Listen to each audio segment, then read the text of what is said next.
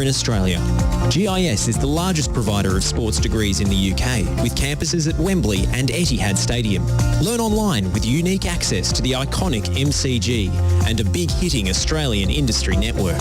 Be one of the first Australians to get a football master's degree and join GIS's global network of football leaders. Apply now to start in February 2023. Learn more at gis.sport/FNR. That's gis.sport/FNR. Victory looking to build. Barbarouses is quick. Is he in behind top or Stanley? It doesn't matter! Costa Barbarouses! Wow!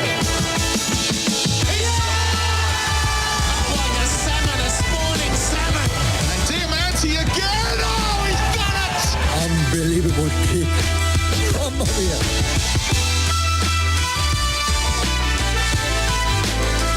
Melbourne City are cruising, the Socceroos are bolting, and the atmosphere at the A-League Men's is back. Well, sometimes, but it is still back in some parts, and it's great to have it. A round two review here on this week's edition of the Oz Football Hour with myself, Lachie Flanagan, and it's a pleasure to be joined, as I am every week now, by Jason Goldsmith. Jason, welcome. Good to be here, Lachie. Some great football over the weekend, so it'll be a lot for us to talk about. Some great. It was quite exciting and get some big crowds back too, especially at the victory game. Indeed, some great football during the weekend. Some great, football content before the start of the week as well. We saw the release of this long-awaited and heralded A-League's All Access documentary, and Nani strutting his stuff in a 20-minute ep that was, I think, aired on 10 Bold, but released on Keep Up, Paramount Plus as well. Did you enjoy it? I know you got your popcorn ready and everything. You enjoyed your screening? I did. I really enjoyed it. I really want to know what Nani's sit-up routine has been throughout his career, because he liked getting his shirt off, and he's a very, very fit man for his age. But the access that we were gained and a bit of an insight into Nani was fantastic, and I look forward for more of them to come for the rest of the season. Yeah, and we're going to have a little bit of a chat about that documentary and some of the other ones that are rolling out across the A-Leagues at the moment with someone who is, well, I was going to say a documentary expert, but I guess she's more of a documentary star. A subject, perhaps. Superfan, Michelle Morris. Yeah, I mean, I'm willing to stick with star. I'll be more generous than you, Jason. Michelle Morris to join us later to talk all things All Access and all things documentaries. But first, got to get through this weekend of A-League men's football. It kicked off on Friday night, Jason. Melbourne City cruising, really, basically in cruise control up at Suncorp against Brisbane Roar. A comfortable win in the end from them. Did you watch this game? I did watch this game, and it was a case of how far City, really. They dominated the game. That first half, they were 2-0 up, and it was a case of how many they're going to score. A red card put paid to that in the 50th minute when we lost Gamulka from the game. Brisbane got more of the football after that, but they seriously weren't in it much at all. And even when City were down to 10 men, Brisbane Roar didn't even look like coming back into the clash. It was quite dominant from City, even with the 10 men. It really was, and it's kind of almost, I mean, you want to give praise to City for such a controlling performance, but I don't even know, I'm not even sure to what extent City were actually all that good in this game, so much as Brisbane were just pretty diabolical. I personally came away from this game feeling quite frustrated. I'm not expecting Brisbane to necessarily beat City. I know that the sort of comparison of their two squads, the success of this City team is something to behold, but I don't know. I expected more from Brisbane. They were quite sort of cautious and hesitant in the way that they approached the first 45. They went down 2-0, and I don't think anyone could argue that wasn't a fair scoreline. I mean, Brisbane didn't have a shot in the first 45. Their XG was 0 because they did not register an effort. Well, I was going to say register an effort on goal. They didn't register an effort anywhere. They could have kicked one out for a throw-in and it would have been one up on what they had. But even when Taras Gamulka did get sent off, and in slightly controversial circumstances for some, mind you, they just did nothing. They never, ever looked even a half chance of getting back into this game. Do you put that down to to anything specific? Is it just the strength of City? Why is it that Brisbane, because yes, they're not as strong a team as Melbourne City, but to not even be able to muster a significant challenge with a man advantage, what do you put that down to? Good question. I'm not sure. City were quite dominant, and I think Jamie McLaren, with his little deflection first goal, is putting his case forward to stay in that Socceroos squad with the first 2 goals, the penalty and the deflection from Naboot's hard shot. I'm not sure. Raw looks terrible in that first half. They didn't even, no shot on goal. That's fine. They didn't even look like getting close, to be honest. They didn't really have anyone. You could see the frustration on Charlie Austin's face coming off it at halftime. And it begs the question, I think we spoke about off air too.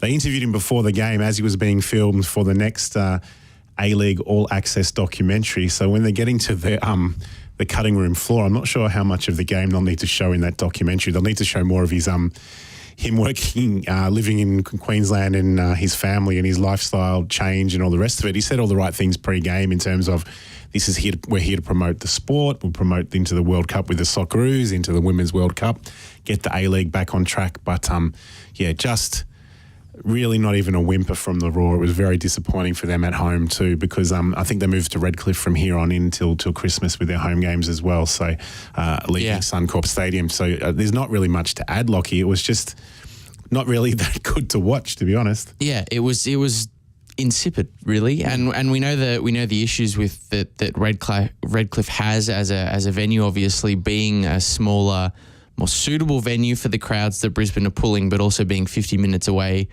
roughly from the CBD of Brisbane. I mean, gee, if you're a Raw fan and that's your sort of final game at Suncorp for a while, there's not a lot from that game. And it was, I think, made even more frustrating by the fact that they, against MacArthur, perhaps this says a lot more about MacArthur, I don't really know. We'll get to them later. But they actually did have some quite exciting moments, albeit in a 0-0 draw. But that game is not convincing anyone that adding the extra 50 minutes of travel time to head to Redcliffe is worth it at all. That's it. Unless you're going to go visit the BG statues in Redcliffe or something like that, there's not really a reason to get the Raw fans excited. They're away next week to the Wanderers. Hopefully they can turn it around, I guess. Yeah, that'll be a fascinating one. The Wanderers, one of the best starting teams. I feel like I want to save them for later, though, because that probably was the marquee fixture of the round. Where else do you want to take us as we put the Wanderers to one side? Let's go chronologically. So the Jets, 2-1 winners over Perth Glory on Saturday afternoon. On the board, finally, the Newcastle Jets actually getting to play a game, and a pretty interesting game. I must admit that I only had sort of one eye on it on the way onto the Wanderers game, but yeah, some pretty crazy stuff happening. Newcastle getting the win with 10 men after Jordan Elsey invoked the spirit of Roy O'Donovan and went for a high kick against the face. I think it was poor old David Williams who he did cop the stray studs. The ponytail probably helps, I guess, in terms of some added protection for Willow. Look, they got the 3 points right at the death, and the scenes were very, very exciting for the Jets faithful. Managed to get a point. Perth, we don't think are going to be quite that strong this season. So to get their winner with 10 men in the dying seconds is one that didn't quite get away for Newcastle. So a good one for them. Elsey, we understand after that Reds are going to miss the next 2 matches as well. So for that challenge, a bit of a highs and lows from that match. We had his little walk like an Egyptian celebration when Jordan Elsey scored. He doesn't score too many. And then the red card and him missing the next couple. Yeah, the duality of Jordan Elsey, it's something to behold. You know, the Elsey giveth and the Elsey taketh away. But even his red card didn't stop Newcastle from managing to steal it in the dying embers of the game. Josh Sotirio playing a pretty lovely counter-attacking ball through to Becca Mikkeltadze, who was able to produce a finish into the corners. I don't think Newcastle were, from what I saw, at their best in this game. I'm not sure, a sort of tense win against Perth is truly the best reflection of what they're capable of doing. Yeah. And maybe Perth to a similar extent as well. But I think winning ugly and winning when they are not at their best is something that the Jets struggled to do last season. So, those sort of crunch times is often where they fell away. So to snag one of those, I think it's good for them. Is a good thing. And for their momentum as well. 10 men, injury time, all of those things that make it a little bit more exciting and hopefully some momentum for them as they go in to host the Phoenix next week. Absolutely. Well, that leads us on to the team that I'd put to one side, Western Sydney Wanderers. In fine voice, travelling down to Amy Park, the raucous North End, up against the travelling RBB, and an atmosphere to soundtrack what I think was a slow burn of a fixture, but certainly made better by the atmosphere and the scenes in the stands. But in the end, some have described it as a smash and grab from Western Sydney, a 1-0 win with Tommy Machella grabbing one of the A-League goals to end all A-League goals, really. You had everything. You had a centre-back that you don't expect to do it, going on a mazy run out of defence, going on an adventure in Bilbo Baggins speak. Yep. You had that same centre-back actually having a shot rather than choosing to pass it off to a teammate, and then a deflection, basically a double deflection really, where it comes off the defender, onto Machella, who I don't think knew all that much about it, but his double rebound effort ended in the back of the net in front of that big wall of victory support. As I said, some have described it as a smash and grab. Did you see it in the same way, Jason? I know you were there. Yeah, I did actually, because Victory were by far, I thought, the better team. They had more of the ball, had more of a control of the ball. They were just lacking in some, I guess, positions, which made them struggle. And the smash and grab mentality and description, I think, is perfect for it, because Machella has done it against the run of play just before halftime by running down down the park and managed to have an unlikely shot bounce back onto his foot to score. The hope for me is getting the crowds back, I guess, having away support and home support that was quite raucous and involved, and that's what we need to push for the A-League. They're probably the two clubs that provide the best, historically the best atmospheres. I think Victory are the flag bearers for that. So to have just under 20,000 back in Amy Park, and I think that was their biggest crowd post-COVID, so we're starting to get people back. There'll probably be more this week as they host the Melbourne Derby, but probably one that got away from the Victory, I thought. They should have would have hoped for the 3 points going into it. I'm not sure I necessarily agree quite as much with the smash and grab thing. I actually thought that Victory were a bit disappointing in this fixture. It's easy to forget that this is not the first time we've seen Victory under Tony Popovich sort of given troubles and undone by Mark Rudan especially, but also Mark Rudan at Marco. Marco Rudan at Western Sydney Wanderers. It's not the first time this has happened, and the lack of a sort of, I don't know. Yes, the manner in which Western Sydney got the lead was obviously fortuitous with a double deflection, a comical goal. But I thought even leading up to that, the midfield battle was one that I think Western Sydney really had the beating of their opponents. Their movement, particularly from the likes of Callum Neuenhoff and Milos Ninkovic, who it's just so nice to get the chance to watch him in the flesh again. He's just a joyous player. Their movement and the I don't want to say ease, but that just the amount of running they were willing to do on and off the ball to carry it. I feel like they were able to construct a lot more flowing moves, even if they didn't always end in shots on target. Not a lot of troubling for either goalkeeper in this game. Whereas Victory seemed to be a bit more reliant on sort of, I mean, not that this is a surprise, but moments of transition. You know, can we get the balls to the wingers? Can we isolate Nani against Gabriel Clare, his fullback? Yep. The sequences of amount of passes before getting into the front third was a lot sharper for Victory. And when they had that sort of elongated phases of possession, they didn't do all that much with it. And yes, Western Sydney weren't a lot better, but I do think they had a more fluid sequence of progression into that front third. And once they had the lead, they didn't really need to worry about it much more. They were able to control the sort of state of play. They are a very organised side defensively. That back four, with the addition of Marcelo to Marcella, not to be confused with the man, adds a lot of steel. And I think they were quite happy. Hey, look, Victory will let you have the ball and it's up to you to break us down. And really, Victory were never really able to. And I'd think that is of concern, because that to me, other than the fortuitous nature of the goal for Western Sydney, kind of feels like the blueprint through which you can get at this Victory side. They looked a lot better when Ikonomidis was on the park. And how long before do you think he becomes a starter?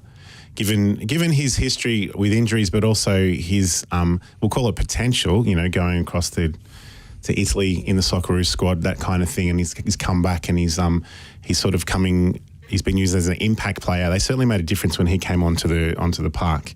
How long before he becomes a starter, do you think? Well, it could be. I guess there are loading and fitness levels to which I'm not privy. I hope it's this weekend because he's in my fantasy team. But, I mean, it could be as early as this weekend. I personally don't think that Ben Falami had his best game in a Victory shirt on Saturday night. I think both players in the wide areas for Victory perhaps struggled with the fact that they weren't getting a heap of support from the fullbacks further behind. I mean, Broxham especially, I thought, had a poor game in the first half. He was given a lot to do in that battle up against Cassini Yengi, who, fortunately for Victory, faded in the second half. Maybe he's someone who's got perhaps some fitness concerns of his own.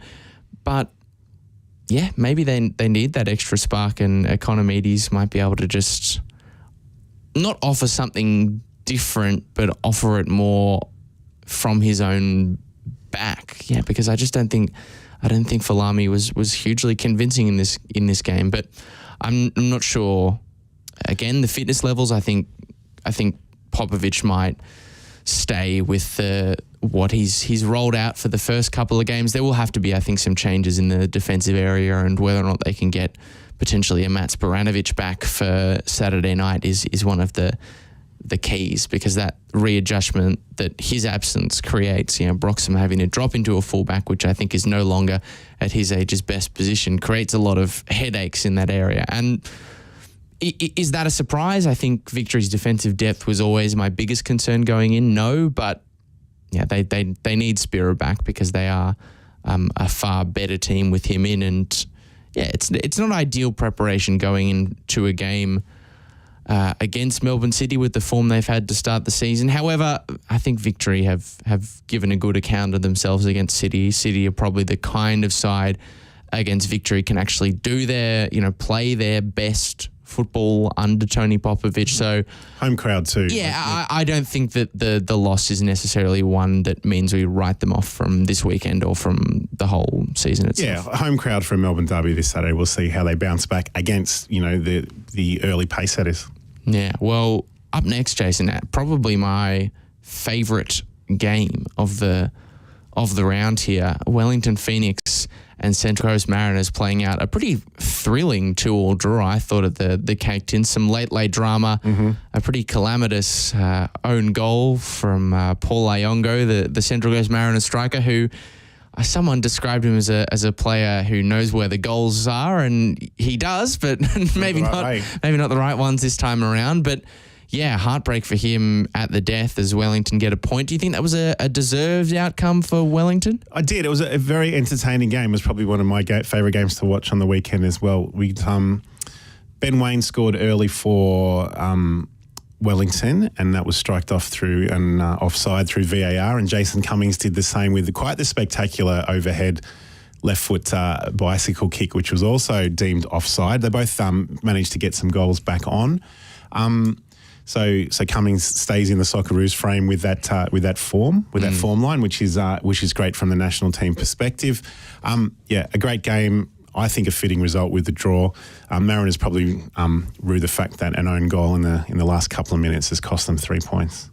I must admit, I did find that disallowed Cummings goal quite grating. I mean, surely, if it's that marginal, if it's such a fractional call, and it did take a very long time to make the decision, if the goals that surely there has to be some extent to which the decision making, the VAR factors in how good was the goal. So if a Ben Garuccio Scorpion goal is offside, we let it we let it slide because of the Okay, if it's blatantly offside, I no. thought the VAR took a long time to decide. I actually thought on the replay, I thought that's going to get called back. I thought it was offside when they showed it initially.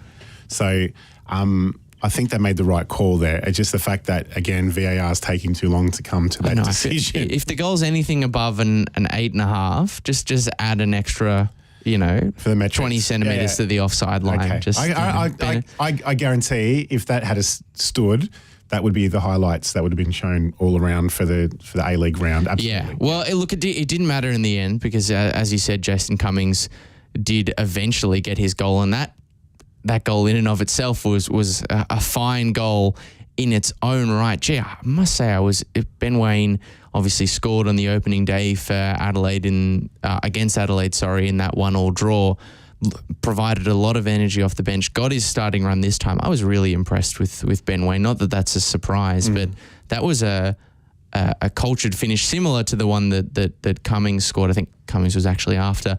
But yeah, very similar goal, but nice bit of composure from the youngster. The Waine train and the commentary that went with it was fantastic as well. It's always nice to hear. It's so nice having Jason Pine back. It really, really is. But yeah, I wouldn't even be surprised if Ben Waine is someone who doesn't, similar to what we're seeing with Garang. I'm not saying they're at necessarily the same scale, but it wouldn't shock me to see Ben Waine being someone who maybe departs in January as well. I think he's a really, really smart striker. There is talk of that, which would be good. Well, someone else who's had a lot of chatter around him to start the A-League season, of course, is Daniel Arzani. He's making a late run. He is, I think, officially, if he wasn't already, a bolter. He put in a fine performance as MacArthur dealt with Adelaide United, well, somewhat comfortably. The scoreline in the end is convincing, but Adelaide burned quite a few chances to get a route back into this game. I mean, Hiroshi Ibasuki probably had 2 or 3 massive chances that he wasn't able to convert. But how much are you buying in? Are you punching your ticket on the Daniel Arzani hype train? It's early. It's early doors in terms of making that decision. What's probably going... What's helping him is Marco Tilio's lack of game time for Melbourne City, because I think they have that same X-factor impact type role within the national team that they're using it for. I mean, Graham Arnold used Arzani in that type of role for the Ollie Roos, if you recall, at the Olympics. And Tilio's not getting any game time. So for him to score one and to provide the assist for Lachlan Rose puts him in the frame, definitely puts him in the discussion points. Well, we'll wait and see. I'm not buying too much into the hype, but we've got 3 or 4 games to go to get me more of a, what are we looking for? There's only 5 weeks until the first game of the Socceroos versus France. That's 5 weeks. So I'm not sure when the squad's announced, if they're giving him the whole A-League window to give himself a chance for selection. But at this stage, I would say no. But if he continues to score and provide assists, then it'd be pretty hard to ignore. He is making himself increasingly harder to ignore.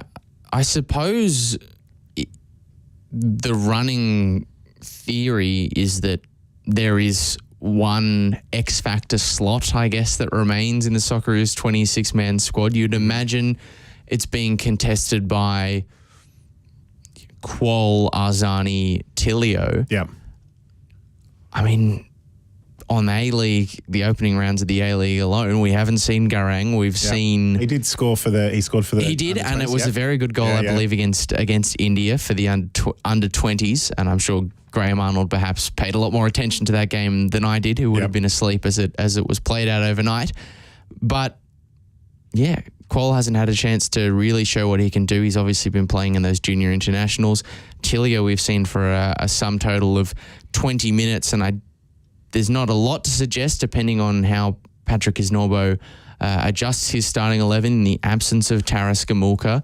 Well, he's not as he's told us, he's not the national team coach, so his approach will be strictly towards 3 points. I mean, to sort of go off the track just a little bit very quickly. This is the big problem for me with the Tilio debate, I suppose, is that it's clear in some way, shape or form that he's maybe lost a bit of confidence, I guess. And at some way along the line, the lever, the discourse sort of shifts, because there's this one camp who's like, he's not getting enough minutes. There's another one saying, well, there's a reason he's not getting enough minutes. There's this front three of current and ex-Socceroos who are all doing a good job. He hasn't quite earned his place. I mean, you could play him in midfield, but I think his confidence is maybe dropping, and that's why we're seeing some of these big chances not being converted by the youngster. And then at some point the narrative will shift and say, well, he's not confident and that's why he can't put him in. But I'm worried about if and when that narrative shift is going to occur, because it places the blame for the player's poor performance exclusively on the player. Oh, he's not confident. He's not doing these things that he used to do. But if I was making my case all the time off the bench in the previous season, doing enough to get called up to the Socceroos off 30-minute cameos, off playing an average, I think, of 55 minutes per game, so far less than a full 90 every week, my confidence would probably drop too if I still couldn't crack the starting 11. And you got to realise that miss against New Zealand in the game in New Zealand is going to haunt him for a long time. He nails that goal he scored for the Socceroos. His confidence is up, and he's pretty much put himself with one foot into the squad to go to Qatar. And not having that confidence level up, I guess the blame has to be. There is no blame. I guess it's still a wait and see, because I guess my concern is just that it will be used as a justification to not play him, to not select him, when actually I don't think the dip in confidence is necessarily a problem exclusively of his own making. I think that handling of his playing minutes is also going to have I can't see how it couldn't have a part to play if this story around his sort of dip in confidence or perceived dip in confidence is to be believed. But anyway, as for MacArthur, I think Dwight Yorke is now 7 games undefeated in his tenure. Do we have to eat some humble pie on this program about how well Dwight Yorke is doing, or is this a game against Adelaide United, MacArthur maybe being a more transitionally aligned team, a team with to this point at least, a solid defensive structure that maybe suited them, perhaps? Small sample size. I'm going to wait and see. There's been a few more games. Fair enough.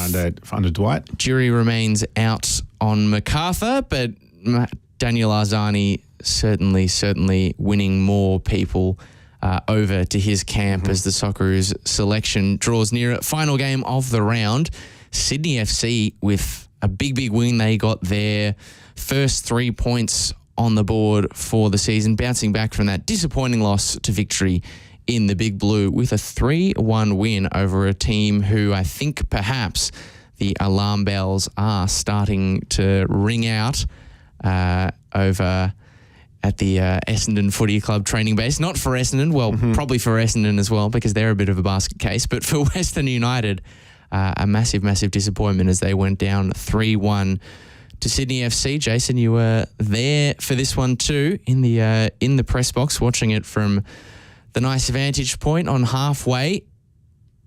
Really concerning, I thought, this game for Western. Yeah, I think so. I think in the first sort of 20 to 30 minutes, they should have been 2 or 3 up. They had a really, Sydney FC's defence had a lot of holes in it, and they were allowing too much time on the ball and space for Western United.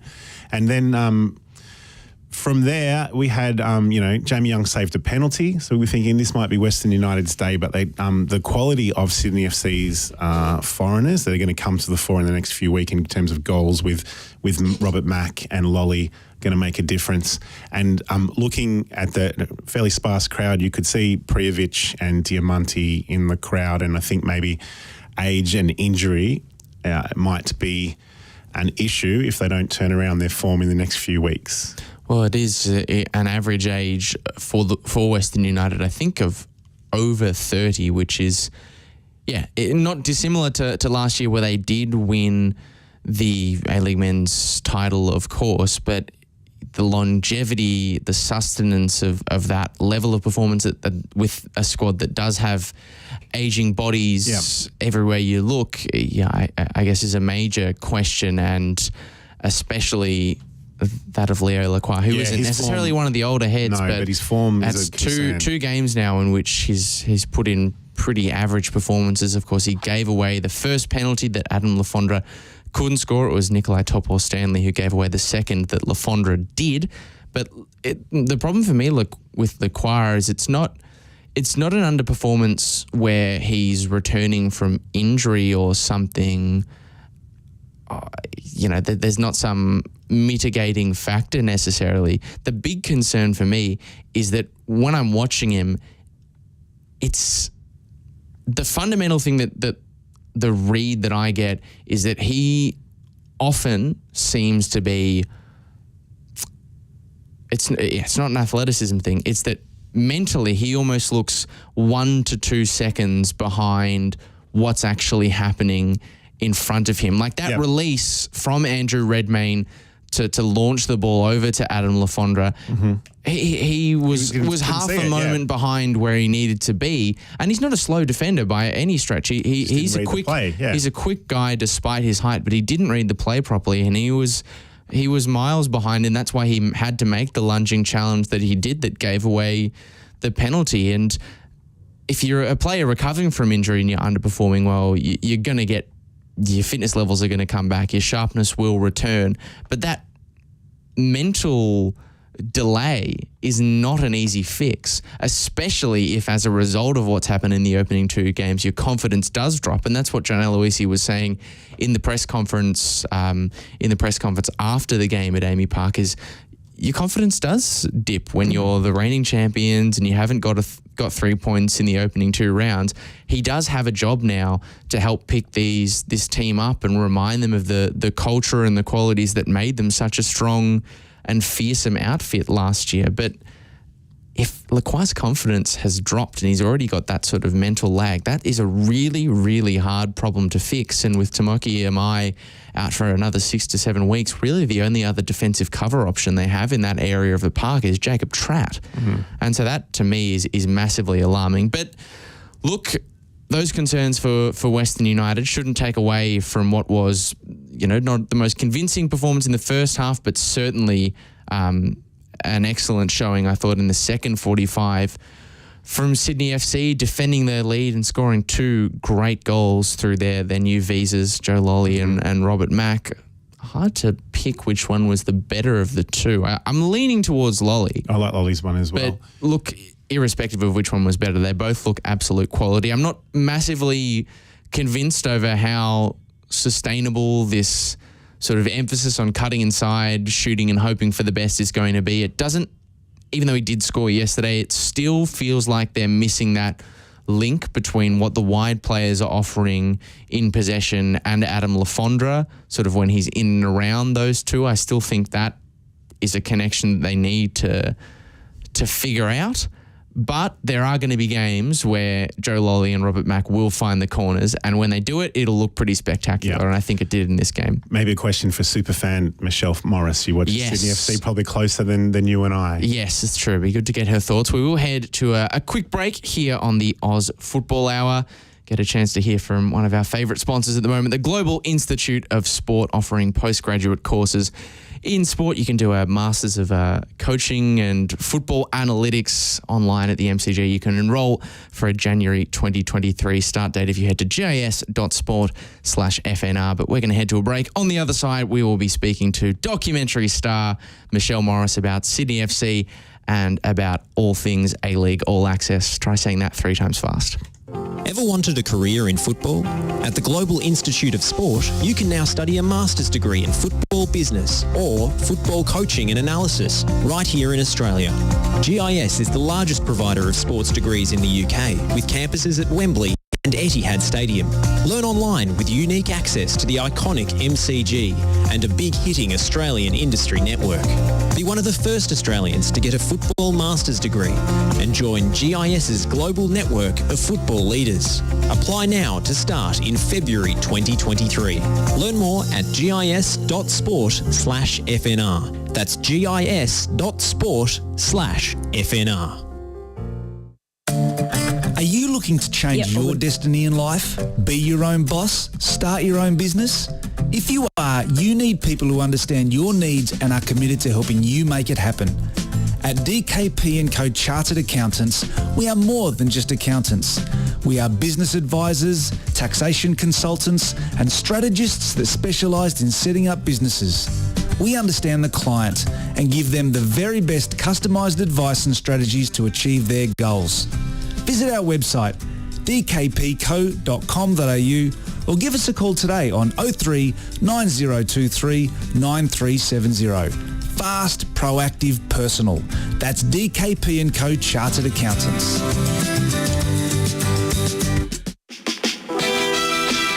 Victory looking to build. Barbarouses is quick. Is he in behind top or Stanley? It doesn't matter! Costa Barbarouses! Wow! Like a salmon, a spawning salmon. And Diamanti again. Oh, he's done it! Unbelievable kick. Mamma mia.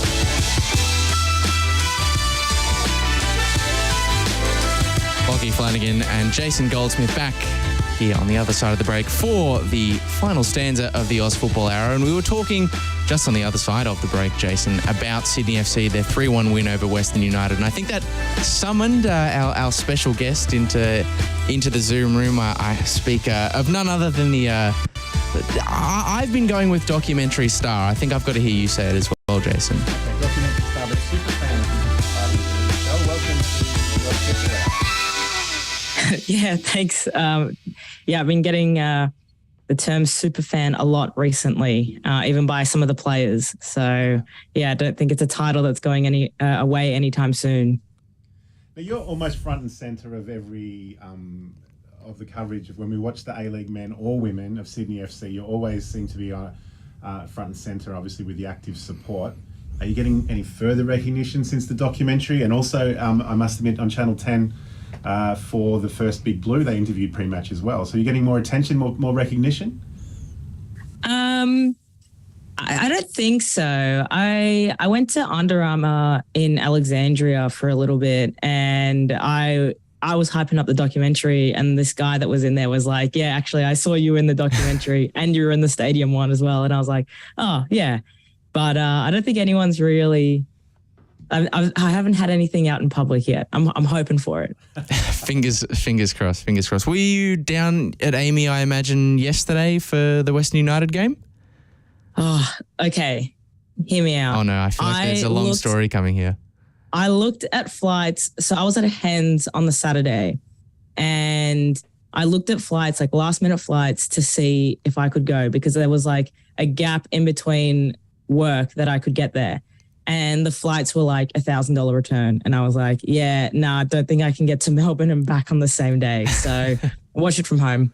Oh, no, that's fair enough. I think of all people, if the first couple of episodes are anything to go by, if anyone's allowed a freebie, so we'll let you off for this one. It's definitely you. What did you make of the game though? The two visas on either wing putting in some pretty impressive performances, I thought.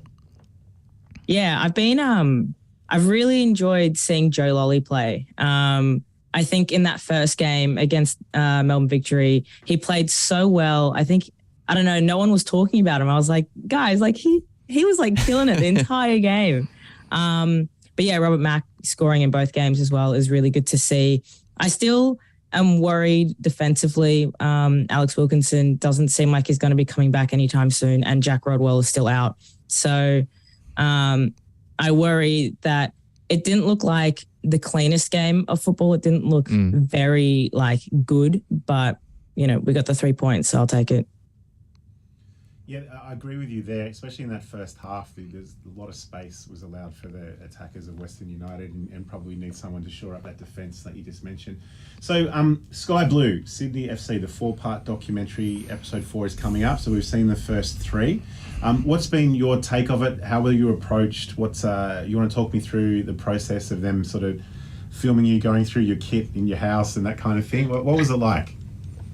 Yeah, it was pretty cool. So firstly, I think it looks really nice. Like visually, I think it was way better than I was expecting it to look like. But basically the first game, so that derby, that away derby, everyone was saying, oh, there's a documentary crew. And I was like, oh, that's cool. And then someone was like, you got to meet him so you can, so they can interview you. I think you'd be really good to get interviewed. This was by like one of the Cove boys told me to talk to him. So I went over, I said hi, and he just filmed me like walking in the train station and just singing a lot. And then I didn't realize how much they were filming me in that first derby either. I had no idea. And then, I guess they just noticed that I was at every game and that I was doing a lot. And they asked to come over to my house to do an interview. And I said, yeah, all good. And then they'd come over like 3 times or two or 3 times to, just kind of film certain stuff. So they came before the women's grand final and kind of just went through all of my jerseys, and we kind of had to dress up one of the rooms a bit. So had all my jerseys out there, and but it was really cool. Like, it was a really cool experience. So basically, as the filming went on, as the cameras continued to turn up, your sort of involvement just expanded. You almost played yourself into contention as time went on. Yeah, it was kind of an accident. Like, and I was very honest in the documentary, saying that I haven't been in it from the start. Like, I kind of only recently was part of the Cove, joining in 2016, 17. And they never put that in. So I don't know, it kind of frustrates me because it's I don't want people thinking that I am the number one supporter and I've been there from the start, because I haven't. And, I've only really recently been involved heavily, and but it was cool. And I think because of my relationship with the Cove and all those leaders, they were happy for me to be in it, because I didn't paint the Cove out to be, something bad or, make it the Michelle Morris show. I tried to very much make it about it's a group and we all do this together. So, yeah. I guess the results would have dictated how the documentary progressed. And so the women's team and your involvement with the women's team and their season last season has put you more to the front, I would have thought. How many of the active supporters, I know Texie and Michelle and a few others there that do the men and the women, how many of the women's sort of active are involved with both watching the men and the women? I think we're all pretty involved. There's a few of them who come only just for the women's games. But I don't know if I would say that they're active members. They'll come and watch the games and then they'll come over at halftime and say hi, but they usually just stay for the women's games. But in terms of the Cove going to the women's games, it's, we'll do the double headers because we want to support both the men and the women.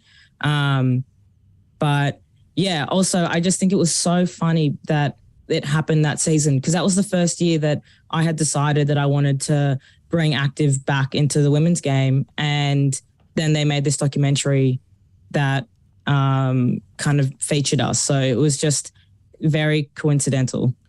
And the semi-final result, which was episode 3, obviously is almost worth a documentary in it. So the game actually helps it evolve. It's been a fantastic addition to the start of this season. Now, did you watch the Nani documentary? Have you seen that one, Michelle?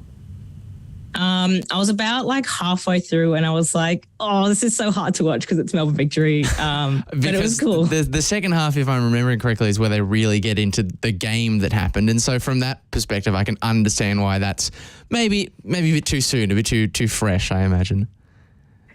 Yeah, well, it's never fun to I feel bad. I feel like I'm making you relive it now. I've got guilt, but I had to do it for the documentary.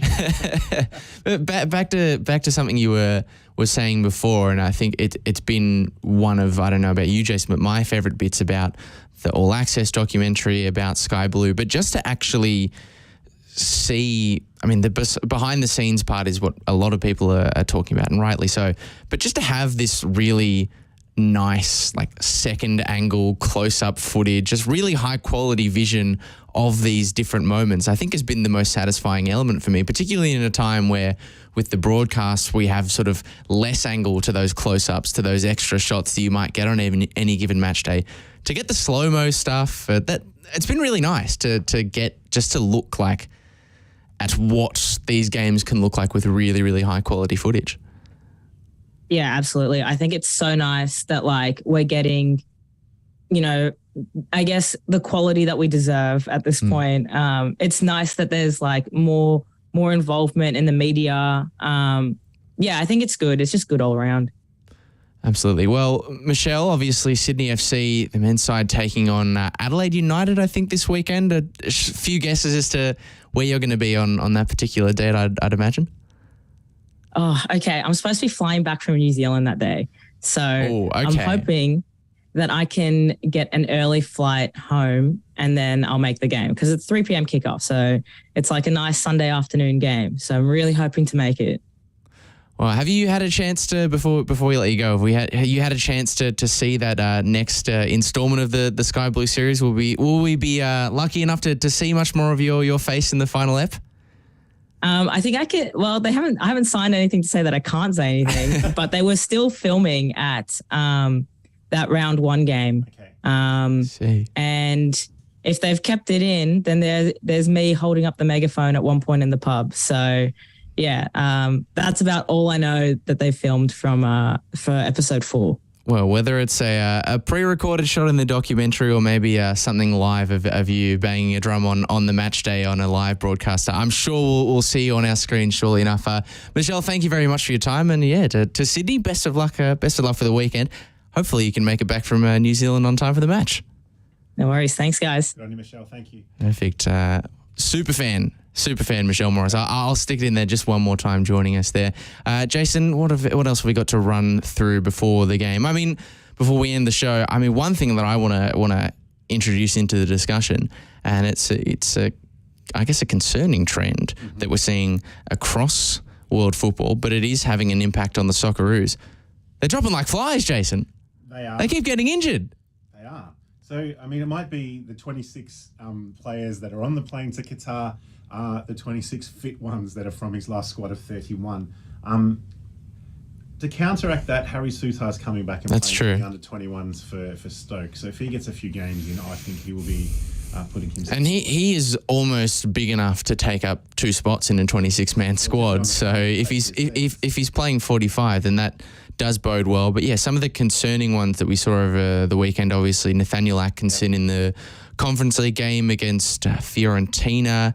That looks like a bit of a nasty one. And I think overnight I think it was yesterday, Aden Hrustic getting that, I think, ankle ligament. I think I heard he tried to sort of play through it in the match between Verona and Milan. But again, that didn't look like a great one. And Atkinson, it's less than ideal. We do have coverage, I suppose, in the form of Fran Karacic. Tommy Deng is someone we know who can slot into a right-back role if required, but was maybe on the, he's still probably on a fringe Socceroo, I suppose. But the Hrustic one is really concerning for me. We don't have, particularly with the grey cloud that exists around Tom Rogic's national future, we don't really have another player like Aden Hrustic. No, Hrustic's our most important player in the Socceroos, and that's quite concerning if he's not fit. I think Rogic wasn't even in the West Brom squad over the weekend. Matty Ryan is not starting in Denmark. He's on the bench. So there's a few questions going around. As much as we talk about which A-League player is going to be on the plane, the core of the Socceroos starting 11, there's a few questions. I guess Aaron Moy was in form. Celtic really put Hibs to the sword 6-1, and he scored a couple of... That's third place Hibs, by the way. Okay. He started for once and played the full 90, I believe, Aaron Moy, and gave away a couple of assists, which is promising for us, I guess, because he's going to play a lot of minutes. Jackson Irvine's doing okay, but all of our other overseas internationals seem to be coming off the bench, not getting a start, getting injured. So there's only 5 weeks. I think I mentioned 5 weeks till the France game. It's coming around very quickly. It's kind of terrifying. I mean, the long list for the Socceroos squad is already in. Yeah, 50 players. Yeah, it's already in. So Graham Arnold doesn't have a lot of time to whittle that down, and there might.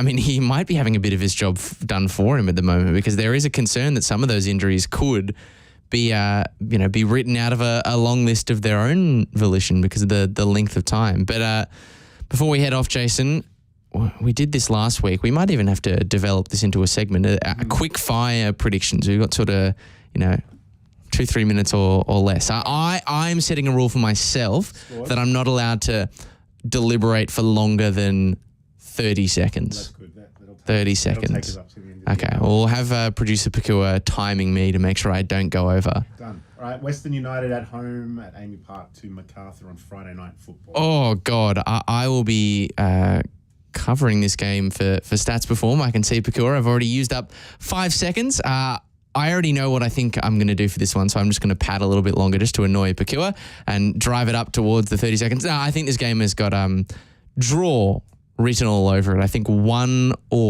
Macarthur for me, 2-0. Azani to score again. Saturday afternoon, Jets are hosting the Phoenix. 3 o'clock? 5 o'clock. 5 o'clock. Games at 5. God, I am looking forward to that game. Really, really looking forward to it. I think Newcastle Jets Wellington should be a cracker, particularly that sort of dangling narrative carrot of Reno Piscopo playing against Wellington Phoenix. I'm going to say 3-2 Wellington. Okay, draw for me for that one. Wanderers at home against the Raw, 5 o'clock Saturday. Western Sydney 2-0. I didn't see a lot to suggest that Brisbane Roar will put up much of a fight. I still don't know if I'd have Western Sydney. I don't know if the result against Victory means they're as good a team as some people are trying to say that they are, but I still think they're better than Brisbane. Brisbane didn't give us anything, I think, No. to suggest even tipping them. So Wanderers for me, 2-0 as well. Saturday night is the Melbourne Derby. Victory are hosting Melbourne City at Amy Park. So big crowd expected already. This should be the game of the round. Yeah, absolutely. I mean, it's a derby. It should absolutely be. Always, yep. It should always be the game of the round. It comes at an interesting time, particularly for Victory, off the back of that disappointing loss to Western Sydney that we were talking about in detail before. Whereas, I mean, it's a good result, the 2-0 win over Brisbane for City, but it's also a bad result because it was so easy. It wasn't a test. It's almost like you're not priming yourself up in the right way for such an important game against Victory. I lean towards a City win, but I'm going to go for a 1-1 draw. City 3-1 for me. Marco Tilio to score off the bench. And we'll start talking. In 2 minutes. Wow. Quick fire. Maybe. Sunday, Sydney FC at home to Adelaide United, and then the Mariners are hosting Perth Glory. I'm going to go 2-1 Adelaide. 2-1 Adelaide. I just think they haven't been great to start the opening few rounds of the season, but I'm thinking back to what Michelle was saying about, and you were mentioning before as well, Jason, about Sydney FC's defensive fragilities. I think they survived against a weakened, a Prijovic-less United attack at Amy Park on Sunday, whereas Adelaide's attack is going to be full strength, is pretty star-studded. Goodwin, Haller and Ibasuki is a pretty threatening front line, and that's not even mentioning the players they have in reserve. I think Sydney FC's weakened defence that is clearly still finding its feet is going to have a little bit less joy keeping that lineup at bay. So I'll go for Sydney, but for Adelaide, but I wouldn't be surprised if Sydney got the win. It could go either way. Yeah, I'm going for a draw, but there'll definitely be goals in that one. Mariners at home to Perth Glory. I am getting on the Mariners and the Cum Dingo to score again and get us talking about him going to Qatar. If not to Qatar World Cup, the Qatar Asian Cup in 23-24. Yes. That was an interesting decision that raised a few eyebrows, I suppose. I guess the infrastructure's there, so that's why the Asian Cup. But again, this is the time of year, just puts it off to another summer time. The infrastructure is there, so long as we don't talk about how it got there. Central Coast Mariners to win this game for me, 3-1, and after scoring a very unfortunate own goal against Wellington, I'm going to back Paul Iongo in to get his first goal in the right net on Sunday. So there you have it. Jason, been a quick fire. It almost has been a quick fire hour. I feel like we've moved through everything pretty quickly. We've done well. The flow's getting there, I think. We get through the 60 minutes really quick. Absolutely. You're slowly reining in my long-winded pontifications. Thanks very much to Michelle Morris for joining us to talk a little bit about Sky Blue and A-League's All Access. Looking forward to the Charlie Austin edition dropping of that on Thursday. We might have to start like a film club here on the Oz Football Hour. Film club that'll work. Well, Lucky. something for us to ponder. But until then, we'll see you next week. Thanks for your company. Vickery looking to build. Barbarouses is quick. Is he in behind top or Stanley? It doesn't matter!